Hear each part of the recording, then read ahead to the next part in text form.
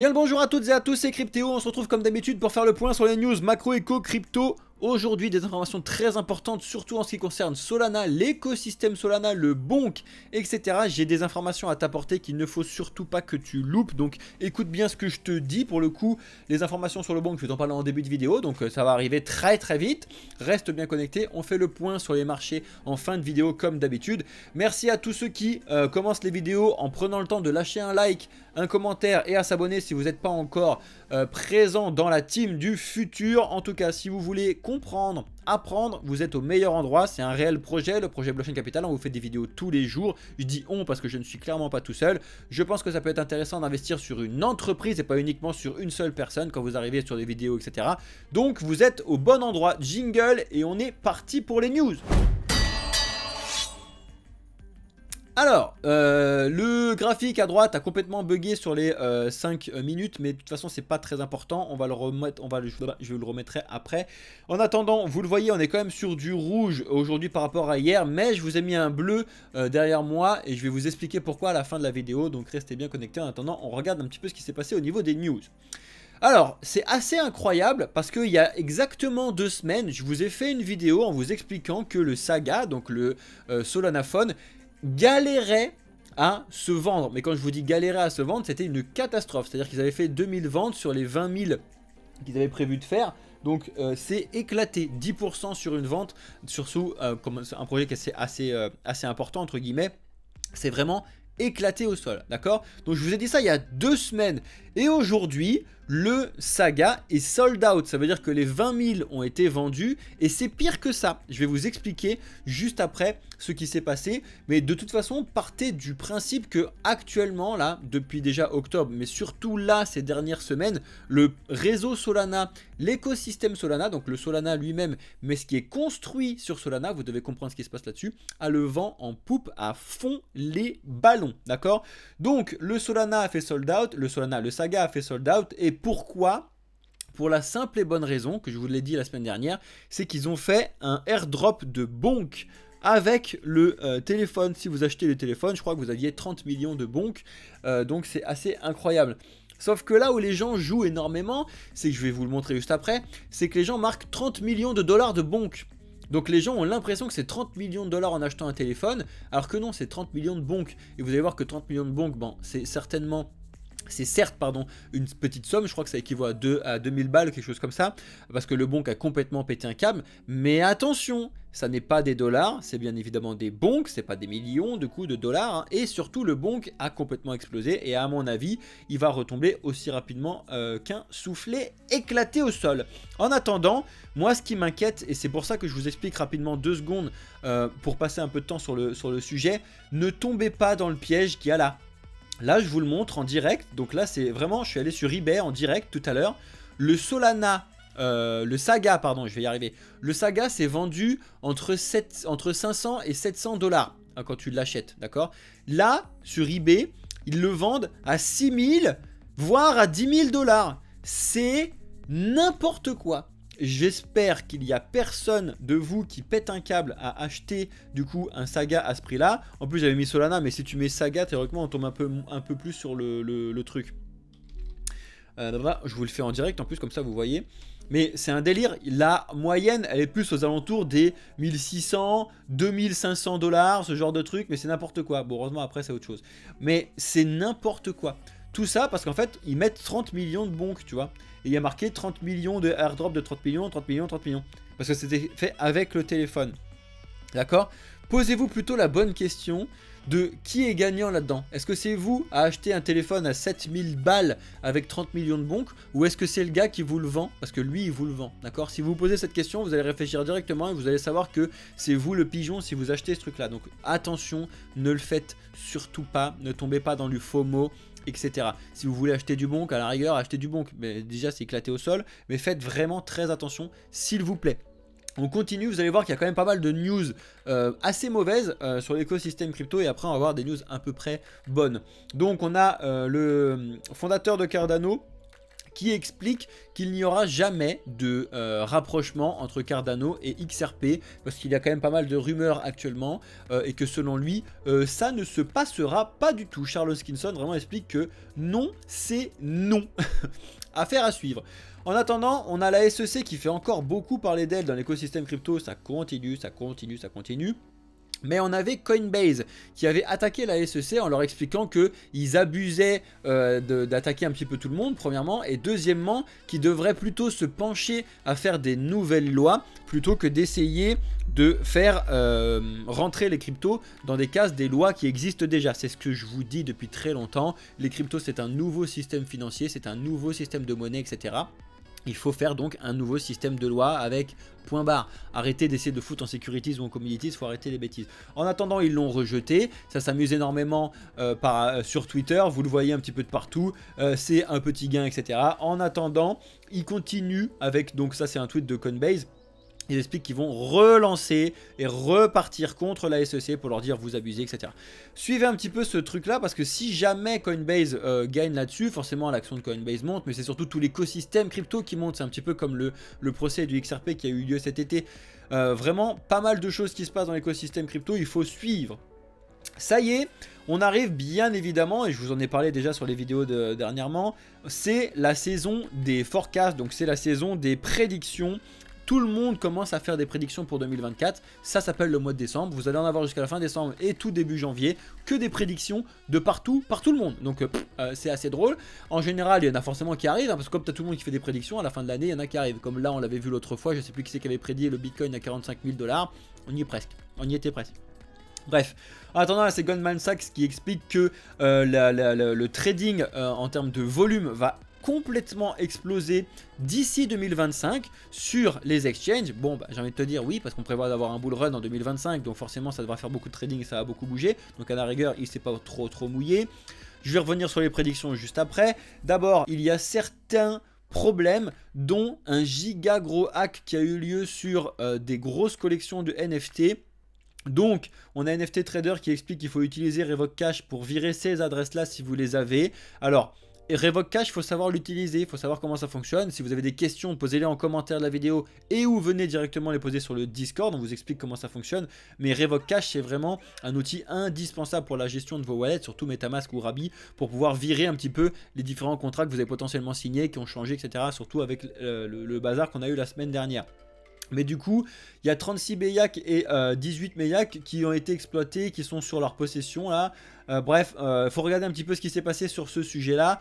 Bon, ça concerne quand même les très gros, hein, parce que là on est sur des gros dossiers. Je n'ai toujours pas de Beyak ni de Meyak pour l'instant. Ça viendra à un moment, ça c'est sûr, mais pour l'instant j'en ai pas. Bref.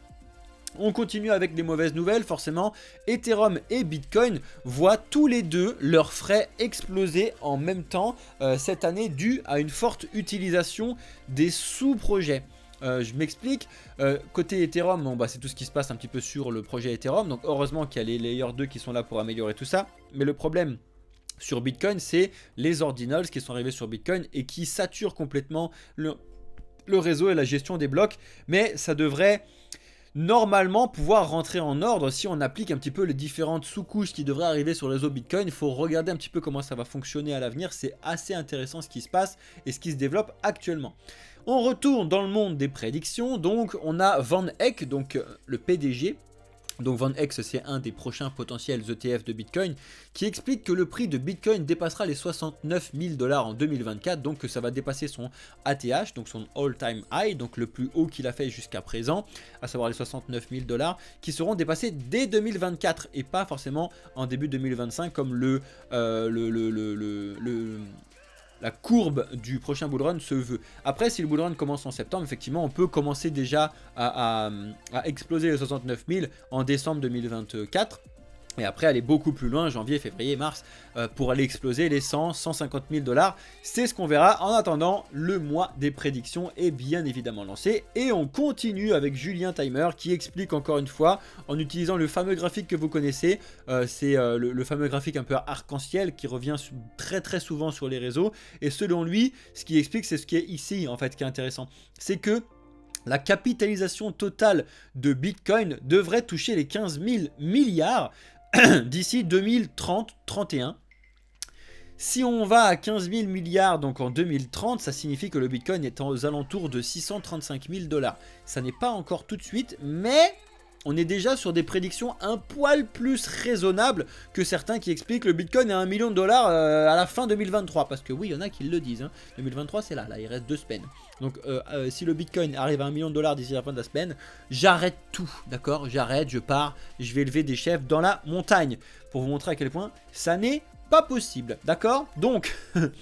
En attendant, si vous voulez aussi faire des prédictions, lâchez-vous dans les prédictions dans les commentaires. J'en sélectionnerai certains d'ici la fin de l'année pour voir un petit peu quelles sont vos prédictions, qu'on puisse rigoler ensemble. Faites des vraies choses auxquelles vous pensez réellement. Il ne faut pas faire des grosses blagues, mais dites-moi ça en commentaire, ça m'intéresse, vos prédictions un petit peu pour 2024, 2025, etc.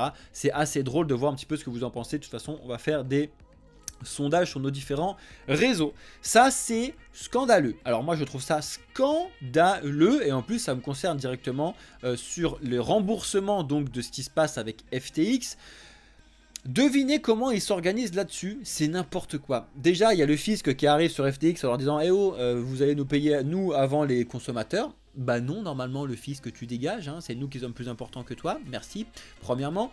Et deuxièmement, le méga problème qu'ils veulent faire, et je trouve ça complètement débile, mais dans tous les sens. C'est-à-dire que même s'ils se basaient aujourd'hui ou ils se basaient hier, c'est débile. C'est-à-dire qu'ils veulent nous rembourser en dollars à la valeur du 11 novembre 2022. D'accord? Bah non en fait, non. Non et non. Si j'ai des dollars sur la plateforme, tu me rembourses les dollars que j'avais dessus. Si j'ai 20 $, tu me rembourses 20 $. Si j'ai 20 bitcoins sur la blockchain de FTX, tu me rembourses 20 bitcoins maintenant. D'accord? Pas l'équivalent du dollar de Bitcoin en 2022. Non, j'ai failli être grossier. J'ai vraiment failli être grossier parce que c'est une catastrophe. C'est une catastrophe ce genre de truc. Et ça me fatigue énormément. Tu as des cryptos sur une plateforme, tu nous rends des cryptos, tu nous rends pas des dollars. J'en ai rien à faire de tes dollars, de tes euros. Si on est justement là en crypto, c'est potentiellement parce qu'on en a justement rien à faire de tes dollars et de tes cryptos. Donc ça, à mon avis, il va y avoir des grosses pétitions et du gros bazar dessus. Bien évidemment, je pense que ça ne servira à rien du tout parce que ils s'en foutent de nous, clairement, hein, ça faut le savoir. Mais c'est assez important à notifier quand même. Bref, parce que ces cryptos, elles étaient forcément quelque part. Ben, chez Alameda, chez les claqués au sol. Vous avez un excellent article sur CoinTribune sur les utilisations futures du réseau de Solana, de Retic Finance et de Cardano par exemple. Donc je vous invite à lire cet article-là que vous retrouverez dans le Discord comme d'habitude. C'est vraiment pas long, c'est 3-4 lignes. 3-4 lignes. 2-3 pages pardon, avec donc les liens qui vous envoient sur les différents points qui vous expliquent un petit peu sur ces 3 projets là quelles sont les potentielles utilisations à l'avenir. C'est assez intéressant de se pencher là-dessus, ça vous prend très peu de temps et vous allez gagner du temps à l'avenir quand vous faites ce type de recherche là. Il y a une recherche qui explique justement, un papier de recherche qui est tombé sur Binance comme quoi les rendements et les projets de Binance sont rentables effectivement. C'est intéressant de regarder un petit peu ce qui se passe dessus, donc assez ouf, hein. Moi ça me fait vraiment marrer. Donc voilà, ça permet de réduire les inégalités de salaire et les disparités de société sur la finance, de pouvoir investir en crypto. C'est vraiment un papier assez intéressant, hein. Donc là vous avez le compte rendu que je vous ai mis là, de Crypto Potato là. Allez regarder ça rapidement, je vous mettrai ça dans le Discord comme d'habitude. C'est très intéressant. Passez un tout petit peu de temps quand je vous fais les news, allez regarder un petit peu ce que je vous dis de regarder. Ça vous prend quelques minutes et vous allez apprendre énormément de choses. Ensuite, j'en arrive sur le point le plus important des news avant d'arriver sur les informations de marché. Ça, c'est ce qui vous attire à fond, hein. Ça, je vous connais. À la recherche de la prochaine crypto pépite x100, quel est le top des altcoins qui peuvent monter en flèche? Quand vous voyez ce type d'article-là, ne foncez pas tête baissée sur les cryptos que vous voyez. Je vais vous les montrer, ce qu'ils ont été mis dans cet article-là. Vous pouvez les lire là déjà rapidement. Mais le but du jeu, c'est de vous amener des projets et que vous puissiez avoir une réflexion dessus. Ça, je suis entièrement d'accord. C'est-à-dire que, voilà, on va pas discuter de l'Aptos par exemple. Si tu connais pas l'Aptos, ça mérite au moins d'aller regarder ce que c'est. Après, ton feeling d'investissement, oui, non, peut-être, d'accord? Comme d'habitude, le but du jeu sain que nous on fait en tout cas, c'est de pouvoir vous apporter des projets qui sont intéressants à regarder. Après, intéressants à investir, ça c'est à vous de décider. C'est vraiment très important. essayer de copier personne. Donc faites attention à ce type de titre, surtout que dedans tu as vraiment des très gros projets et un micro projet, c'est à dire que tu as le Polkadot, bon d'accord, il faut aussi regarder ses concurrents directs, à savoir Avalanche et Cosmos. Ensuite tu as le Matic, bon d'accord, il faut regarder ses concurrents directs, à savoir Optimism, à savoir Arbitrum, etc. Ok, tu as le NIR Protocol, pareil, il faut regarder ses concurrents directs. Tu as le Caspa, pourquoi pas, il faut regarder ses concurrents directs. Tu as l'Aptos, faut regarder ses concurrents directs, bien évidemment. Aptos, hein, vous devez savoir que c'est l'ancien Libra, l'ancien Diem, l'équipe qui est arrivée, qui est sortie leur propre projet, etc. Donc c'est un concurrent à Ethereum finalement, donc pourquoi pas, faut regarder. Et on a au milieu le Scape Mania qui vient à peine, ou qui est en phase de pré-sale, donc c'est... De là à dire que c'est un x100, effectivement, potentiellement, ça peut faire un x100, ça peut faire un x1000, mais c'est impossible de le savoir de façon sûre. Dans tous les cas, c'est impossible sur rien du tout. Mais là, c'est encore moins possible parce qu'il n'y a même pas de... On est au tout début, on ne sait même pas encore si le projet il est légitime, si le projet il fonctionne bien, s'ils ont pris du retard, etc. On est au tout début, donc on peut pas forcément dire grand chose sur le Scape Mania. Je trouve ça un peu insane de mettre des très gros projets, dont des énormes projets comme le Polkadot, et un micro projet qui arrive en disant ouais ça peut faire x100. Bref, regardez un petit peu cet article si jamais vous les connaissez pas, ils sont tous expliqués sur CoinTribune. Franchement ça mérite au moins le temps de regarder. Et à mon avis, des vidéos comme ça, vous allez en voir beaucoup. Nous, en 2024, on vous prévoit de vous faire des vidéos de présentation de projets. Donc ça va arriver. Que ce soit rémunéré ou pas, rien à faire. Mais en tout cas, on vous explique des projets qui sont intéressants à regarder. Ok ? En ce qui concerne donc les marchés, c'est pour ça que je vous ai mis la lumière bleue derrière. Pourquoi normalement on est sur une lumière rouge, hein, donc c'est à dire que ça baisse, d'accord. Mais pourquoi je vous ai mis une lumière bleue? Parce qu'on est finalement quand même toujours en train d'hésiter, toujours entre les 40 000 et les 42 000. Donc là c'est pas impossible, même si ça m'étonnerait quand même un petit peu, mais bon faut voir ce qui va se passer. C'est pas impossible qu'on vienne retaper les 42 pour rebaisser. Ça c'est un scénario qui peut être à peu près classique. Après ce que vous avez vu avec Alex sur la partie trading, c'est que on en a malheureusement laissé pas mal au-dessus dans cette zone-là des 43-44 et c'est pas non plus impossible qu'on aille enfin taper les 45 et qu'après on baisse, d'accord? Affaire à suivre. On verra bien comment ça va se passer d'ici la fin de l'année. On est entre guillemets dans la dernière semaine là où il peut se passer des choses intéressantes parce que après, normalement la semaine entre Noël et le Nouvel An, il se passe pas grand-chose. Même si la beauté de l'écosystème crypto c'est d'être toujours ouvert, ça c'est génial. Mais il ne se passe pas de grosses dingueries en général, mais affaire à suivre à ce sujet-là. En ce qui concerne du coup Bitcoin face à Ether, on revoit de nouveau Ether qui est repassé devant Bitcoin un petit peu. Quand tu regardes le graphique, il est rebondi encore une fois sur les 2142. Bon, je ne sais pas comment vous le dire, combien de fois il faut vous le dire. L'importance de savoir placer des résistances et des supports pour faire de la macro, c'est très très important. Et c'est très très intéressant à étudier. En attendant, on voit bien que là, Bitcoin avait complètement regagné sur Ether. Et là, Ether regagne sur Bitcoin. Là, c'est le graphique de la paire Ether-Bitcoin. Ok. Ensuite, le Solana, pareil, lui, il oscille entre les 67 et les 78. Et c'est quasiment parfait hein, en termes de rebond, etc. Du trading là-dessus, il y en a qui se donnent à cœur joie. C'est assez ouf. Et ce qui se passe sur le réseau Solana, c'est assez insane. D'accord ? Je voulais vous parler aussi rapidement du BNB qui, lui, n'oubliez pas, ça c'était le moment de la crise de CZ, donc qui avait été pricé, hein, et on est revenu plus ou moins à l'ouvert d'avant en fait. Donc il ne s'est pas passé grand chose finalement sur le BNB pour vous expliquer comme quoi finalement tout le monde s'en fout en fait, que ce soit CZ qui soit directeur de Binance ou quoi, par rapport au BNB. Donc d'un côté c'est très bien et d'un autre côté c'est assez inquiétant sur certains points, enfin je trouve. En attendant, le Polkadot, le Avax et le Cosmos sont toujours assez bien sur une belle montée, avec comme d'habitude le Cosmos toujours en retard sur le DOT et sur l'Avax, surtout Avax qui a complètement explosé ses deux autres concurrents sur la partie Layer 0, c'est assez drôle. En ce qui concerne le Matic, on a dit tout à l'heure, il est sur une belle respiration actuellement.